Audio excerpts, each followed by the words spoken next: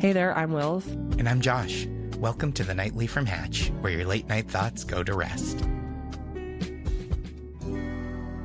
Wils, I had a really interesting thing that I did recently that I wanted to tell you about, if that's okay with you. Oh my God, it's more than okay. It's highly encouraged. Okay, perfect.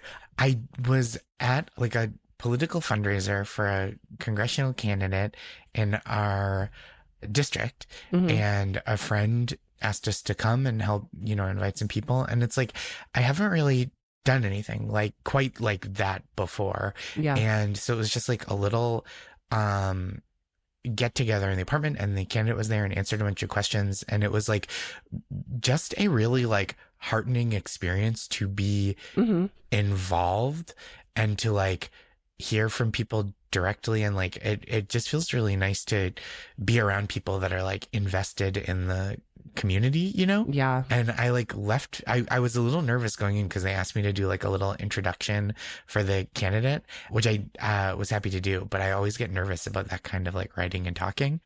But I like left feeling like kind of amazing. That is amazing to hear. It is always, anything like that where you get to like, as you said, just be involved with your community and feel like people are trying to do things, like it feels really, really good. I feel like it's easy to feel quite like disconnected, obviously, from everything and like a bit out of control. And those types of moments where you can feel like, oh, there's like actionable things I can do and like people that I can be around who like want to do these things too is like so lovely and like fulfilling.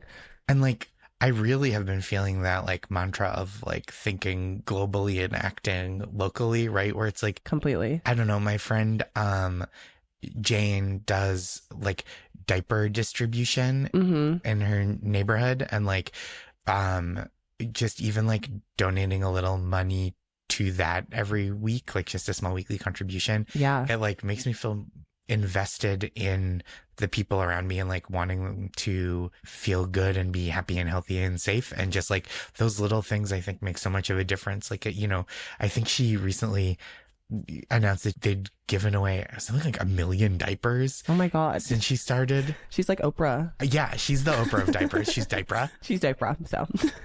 Yeah, so I just like, I don't know. I've been really like, that's such a corny thing, but I've really been like kind of overwhelmed and grateful for community and like community organizing and stuff. Yeah. Totally. No, I mean, it's real. Like, it's not corny, but it is like these like things that are kind of trite, I feel like, where it's like there's just these things that will so obviously make you feel better. And then you do them and you're like, oh my God, like shocker, I feel better. It's like the craziest thing in the world. Yeah. No, that's so funny. And it's like they're almost always like reliable things. It's like so rarely a surprise where you're like, oh yeah, going outside in the sunshine and like reconnecting with a friend that like turned around my week. No, like, completely. Who could have seen that coming? I literally texted my friend yesterday. This is the kind of self-involved version of it, but I was like, 30 minutes of cardio completely changed my mood. Like I was like, it's almost like doctors should study this, but they already have. It's just like the things where I'm like, so that's actually like scientifically proven to like make you feel better. Yeah, the results are out there in the world. This is not a surprise. But it's like, wow, like getting to know your neighbors and like feeling like a part of your community it can really make you feel hopeful, and it can really, really turn some things around for you. Oh yeah, I love it. Do you know your neighbors where you live now? No, I don't. I just moved. I feel like I need to like get to know everyone, because like where I lived before in Bed-Stuy, I was there for like 4 years. So, and I lived in like a apartment that had like 3 units. So I like knew everyone who lived in the apartment, and I also just like knew like people in my neighborhood, and I would like see the same people all the time and stuff, which is like one of my favorite parts of living there.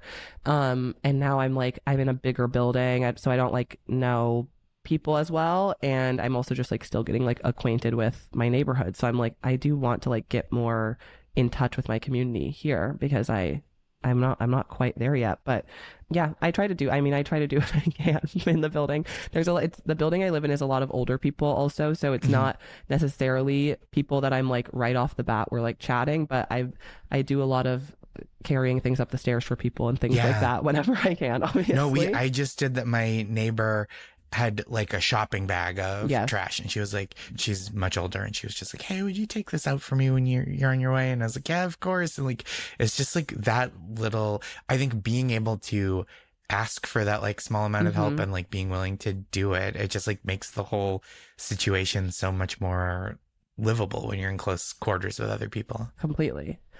Oh my God. Speaking of which, actually, the scariest thing happened to me last night. Oh no. Wait, what happened? I got home to my apartment last night. I live alone and I was rooting through my bag and I was like, interesting. I'm not quite seeing my keys. Like, Oh no. and I had previously given my super a copy of my keys, but I think I'd taken them back for some reason. Sure. I think maybe he like gave them back to me, and if that's the case, I actually really need to make sure that he has a copy, because then what happened is that one of my best friends, Chloe, who has my spare set of keys, is of course out of town. Yep. And so I was like, and she also is like in her apartment right now. She usually has a roommate, but the roommate isn't there right now. So I was like, I was like, there's a pretty high chance that if she has my keys, they're on her in New Haven, Connecticut. And if they're at her apartment, I don't quite know how I would even access them. Yep. I ended up finding my keys. It was completely fine. They were like in my bag, but it was just one of those moments where I was kind of like, how do I proceed? Like, what is the order of operations here? Yep. Is it locksmith? Exactly. I was like, is it locksmith? It is like 11:30 p.m. and it ended up being completely fine. But that was a moment where I was like, okay, let me get a lockbox or something, or Yeah. even let me like get to know a neighbor who can have a set of keys of mine might be helpful as well. Wait, can I tell you? I might have read this opinion and then like come around to it myself. Yeah. You mentioned those lock boxes, which we just acquired one for like when we go out of town and have someone come to hang out with our dog. But Yeah. I think it's uncouth when a business, because, you know, sometimes a business will have one on the front door for like the person who's closing to leave the key for the person who's opening the next day. Totally. I think it's uncouth of a business to leave it on the front door while the business is open. Wait. Okay, explain. Like, obviously, when the place is closed and you need that key there for the person opening the next morning or the next evening, that's fine. That's utilitarian. Once the business is active for the day, I think they should hide that away somewhere, that lockbox. because someone could take it. No, I just think it looks bad. Oh. You're like, I just think it's ugly. Yeah. Yes. Okay. I like that take. I'm like 100% agree. I'm like Subway takes all the Thank you. time. Yeah. We're more like, we got to get more Subway takes on this show. We gotta get more Subway takes. I will say, it's always so funny, like to think about like being basically a child working at like a job, and it's like I'm 15 and have a set of keys to a restaurant for some reason. It's Yep. like, so I shouldn't have these. By the way, like, Totally. I have no business having these, but I could do whatever I want to the business. And I used to work at a deli. And I'm going to just leave it at that. Like, we're not going to say where, because I feel like I'm going to say something that's not like the coolest thing I've ever done in my entire life. Okay. I used to work at a deli when I was in school, and they left us a set of keys to get in and out of it. And sometimes after a night out, I would go to the deli and make myself like a chicken parm and then go back to my door. I think that's deli workers' prerogative. And what are you going to do? What are you going to do? What are you going to do? I know it's well within my right. That's just something that I've done in my lifetime. Okay, but there's nothing more fun than being a place Oh my God. that's closed to the public. Completely. Oh, the best. It's like, it's like you're a living night at the museum, basically. I know. It's like a complete dream. The dream. It's amazing. Yeah. Do you have like a place that you're like, ooh, I would love to get in this place after hours? Oh my God, wait, that's such a good question. Of course, I'm thinking museum. Museum would be great. I think the Guggenheim, which is architecturally a big spiral, would be a fun place to like go up and down without other people around. I think also playing like a light game of basketball, like even horse or something, Oh, totally. on like a professional court. I mean, that would be completely sick. I also think like low key, like kind of like a high-end department store could be so fun to just like play around and like be the only person there trying on like whatever you want. I think could be like completely amazing. Yeah. Oh my God. I mean, that's such a dream to be somewhere after hours and just have like complete and total free reign of it. The greatest. Yeah. I think any type of sports situation would be completely epic Yeah, as that well. would be fun to be on like a big like American football or soccer football field and just like, Would be so yeah, cool. under the lights at night. And you're like, oh, this is cool. Oh my God. Oh my God. A water park. Water park would be incredible. That Water really, park with no lines would be, that's truly my dream. yeah, that I just unlocked something there because I was gonna say like a huge pool and then I was like, think bigger, a Yeah. water park. Dream Even, more I mean, ambitious. you could even say like an amusement park, but I think like something about a water park being like more contained is like so fun to me. Because it's also like you need someone to run the rides or whatever. Yeah, I feel completely. like you just leave the wave pool on, prop the back door open. Yeah, let me bob around in that wave pool in the night. Oh my God, completely. I mean, this is also reminding me of now the Isabella Stewart Gardner Museum Love the Isabels. I could talk with the Isabel Stewart Gardner lore Museum of all day, every Of day. course, and I know we have before, but of course the security guards used to throw concerts in the courtyard, which is like So the coolest cool. thing I could possibly imagine, Yeah, obviously. they. On the other hand, there were Hey, consequences there of to course the were. lax security at the Isabella Stewart Gardner Museum, Yes, in that that museum was the site of the greatest of unsolved art course, heist of in course. history. But they had so much fun Yeah, there it would as have been well. so fun. It was high risk, I high would have reward. loved. Imagine getting invited to like just a ripping show at a museum late at night. I just think it'd be the coolest thing in the world. I mean, it's I like agree. these are like the things that it's like this is why people have speakeasies, and it's like also why but it's like completely not the same at all. It's like that people want this feeling of like being somewhere that you're not supposed to be, and then they try to like create that by like making a speakeasy, but it's not nothing's gonna hit like a midnight concert in a museum where you're Yeah. like absolutely not supposed to be there. Oh, Yeah. it's so cool. I like love the idea of like a secret show or something. I know. Ugh. I'm like, have you ever like been to a secret show? I'm trying to think if I have. Yeah, I think I mentioned this. I might have mentioned this recently, but when years ago, John Hodgman, who's like a writer performer, used to do these.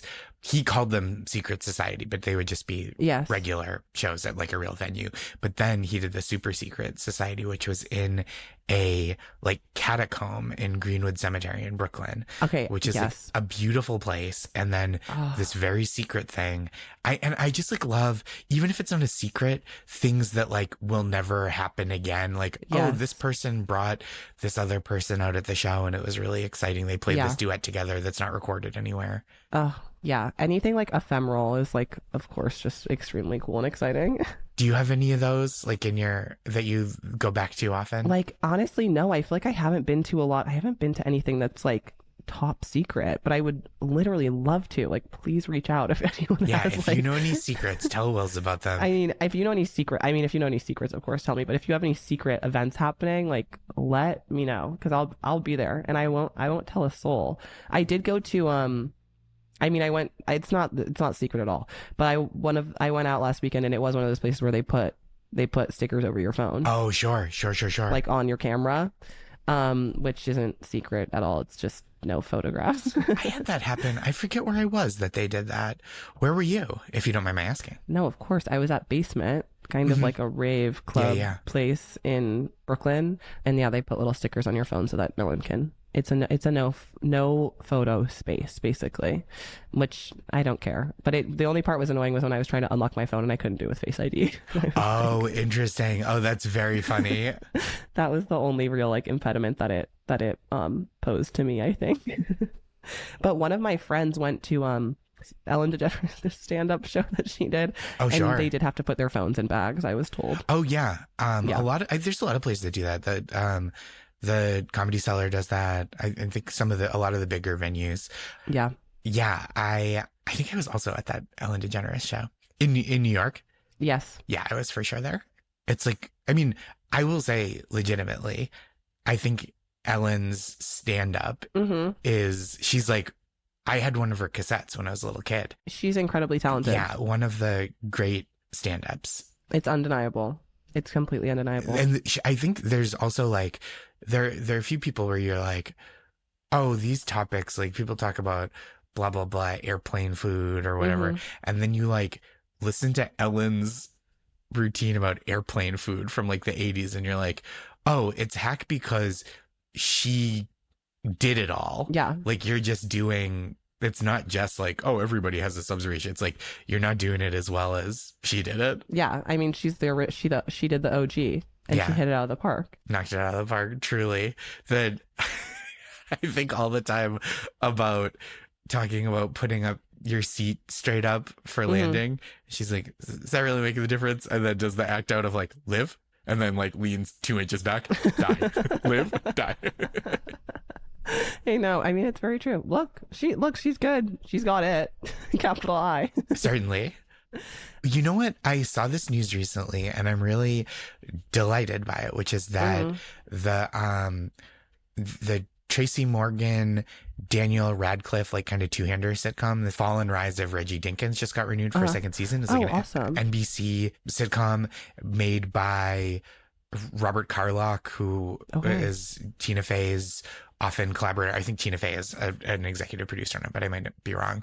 And it's just like so funny and wonderful and sweet. And I think 30 Rock obviously is so beloved, but Hmm. the Of other course. shows in that world, in that kind of like lineage and, writer creator family tree are so good. Like I love Girls Five Eva. Hmm. Um, Classic Girls Five Eva. yeah, so good.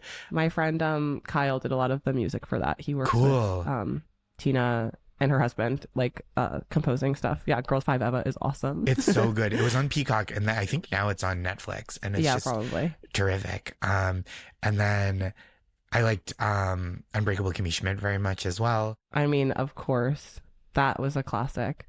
Wait, I'll have to watch the new Tracy Morgan show. It's so good. The pilot is good. You're like, okay, this is fun, and then it's just like the whole other 9 episodes of the season is like a notch above immediately. I think, you Okay. just have to set so much up in the first episode, Yeah, yeah, but completely.